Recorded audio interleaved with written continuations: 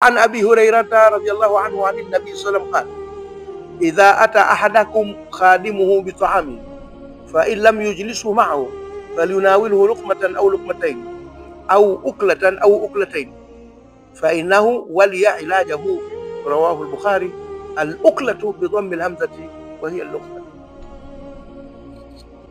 Anasema kutoka kwa Abi Huraira radhiyallahu anhu qala, kasema idha ata ahadakum khadimuhu, atakapomjia mmoja wenu mhudumu wake, bitaami, na chakula chake. Khadimu ina dhumma, ndio fa'il atakayekuja. Ahada ina fatha, ndio maf'ul atakayejiwa. Kwa hivyo idha ata ahadakum, atakapojiwa mmoja wenu, khadimu, na mhudumu wake, bitaami, na chakula chake, kamletea chakula yule mhudumu. Fa in lam yujlisu ma'ahu, asipomweka pamoja naye wakala pamoja, falyunawilu, basi nampe luqmatan, tonge moja, au luqmataini, au tonge mbili. Yani achukue chochote, kama ni mkate, kama nini, naye apate kile chakula. Au katia shaka mpokezi, uklatan au uklatain, au ampe mlo mmoja au mlo mwingine wake, tonge moja au tonge mbili. Kwa nini?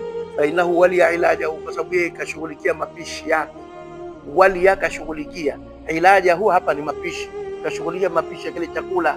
Kwa hivyo ampe, au labda kama anajua kwamba nakule kajibakishia, na mjiwekea kidogo na wewe, basi imetosha. Yani amlishe katika, sio kwamba wewe unapikiwa chakula na mhudumu alafu yeye hali kabisa chochote katika kile unakula wewe tu.